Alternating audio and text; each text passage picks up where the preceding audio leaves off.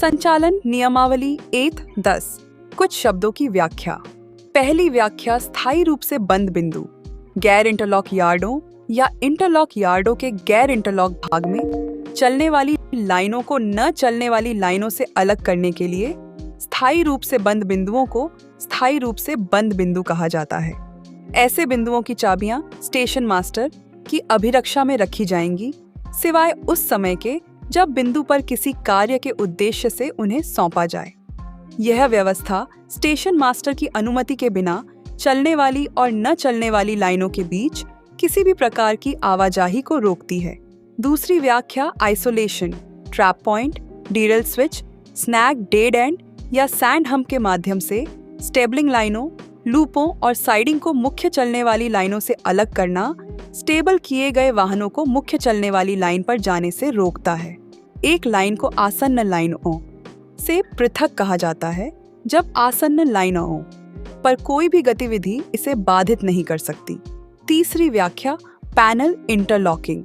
Panel interlocking एक power signalling प्रणाली है जिसमें लीवर फ्रेम की आवश्यकता नहीं होती है। सिग्नल और पॉइंट्स के संचालन के लिए छोटे अंगूठे के स्विच या पुश बटन दिए गए हैं और ये प्रकाशित ट्रैक आरेख पर भौगोलिक रूप से अपने अपने स्थानों पर स्थित होते हैं।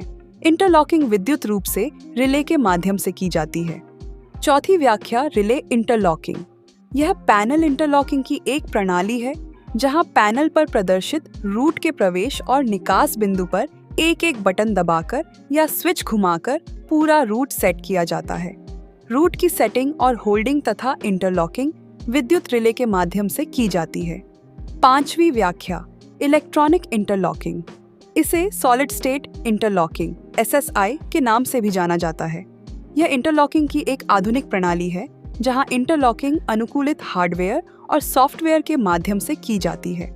यह पैनल बोर्ड पर पुश बटन के माध्यम से या विजुअल डिस्प्ले यूनिट (VDU) पर प्रदर्शित यार्ड लेआउट को देखकर कीबोर्ड माउस पर आवश्यक कमांड देकर संचालन को सक्षम बनाता है। हालांकि संचालन का विकल्प स्टेशन मास्टर के पास होता है। छठवीं व्याख्या डिटेक्टर एक विद्युत या यांत्रिक उपकरण जो सिग्नल को तब तक बंद होने से रोकता है जब तक कि सिग्नल द्वारा संरक्षित बिंदु सही ढंग से सेट न हो जाएं और फेसिंग पॉइंट्स के मामले में लॉक भी न हो जाए। यह तब तक बिंदुओं को सक्रिय होने से भी रोकता है जब तक कि सिग्नल को वापस चालू न कर दिया जाए। सातवीं व्याख्या facing points lock. Facing points पर लगा एक प्लंजर बोल्ट जो यह पक्का करता है कि पॉइंट्स सही ढंग से सेट और लॉक हैं ताकि उन्हें बिना इजाजत हिलाया न जा सके। आठवीं व्याख्या फेसिंग पॉइंट लॉक बार। फेसिंग पॉइंट के पास रनिंग रेल के साथ लगा एक मेटल बार जो फेसिंग पॉइंट लॉक लीवर से इस तरह जुड़ा होता है कि जब तक गाड़ी के पहियों की मौजूदगी की वजह से बार ऊपर नहीं उठ पाता तब तक लीवर को हिलाया नहीं जा सकता। BG बड़ी लाइन के लिए लॉक बार की लंबाई 42 फीट से कम नहीं होनी चाहिए। नौवीं व्याख्या फाउलिंग बार। दो अलग अलग लाइनों के बीच फाउलिंग मार्क पर लगा एक बार ताकि जब दूसरी लाइन पर कोई ट्रेन या गाड़ी खड़ी हो और फाउलिंग मार्क का उल्लंघन कर रही हो तो पहली लाइन पर आवाजाही के लिए पॉइंट्स को सेट और लॉक होने से रोका जा सके। 10वीं व्याख्या लॉकिंग। किसी लीवर को लॉक तब कहा जाता है जब वह अपनी सामान्य स्थिति में होने पर खींचा न जा सके। किसी लीवर को दूसरे लीवर को लॉक करता हुआ तब कहा जाता है जब पहले वाले लीवर के सामान्य या विपरीत स्थिति में रहने की वजह से दूसरे वाले लीवर को खींचा न जा सके। 11वीं व्याख्या ट्रैक सर्किट। रनिंग रेल का इस्तेमाल कंडक्टर या इलेक्ट्रिक सर्किट के तौर पर किया जाता है। करंट एक सिरे से दिया जाता है और ट्रैक के दूसरे सिरे पर रेल से एक ट्रैक रिले जुड़ा होता है। ट्रैक सर्किट दो तरह के होते हैं, क्लोज्ड बंद और ओपन खुला। क्लोज्ड ट्रैक सर्किट में, जिसका इस्तेमाल आमतौर पर यार्ड में किया जाता है, रिले को सामान्य तौर पर एनर्जाइज्ड चालू रखा जाता है।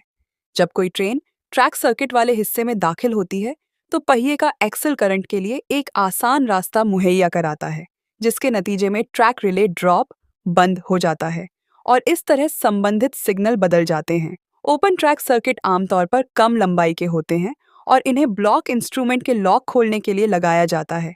वैगन के एक्सल की मौजूदगी से सर्किट पूरा हो जाता है जिससे ट्रैक रिले सक्रिय हो जाता है। संदर्भ GR 1.02 57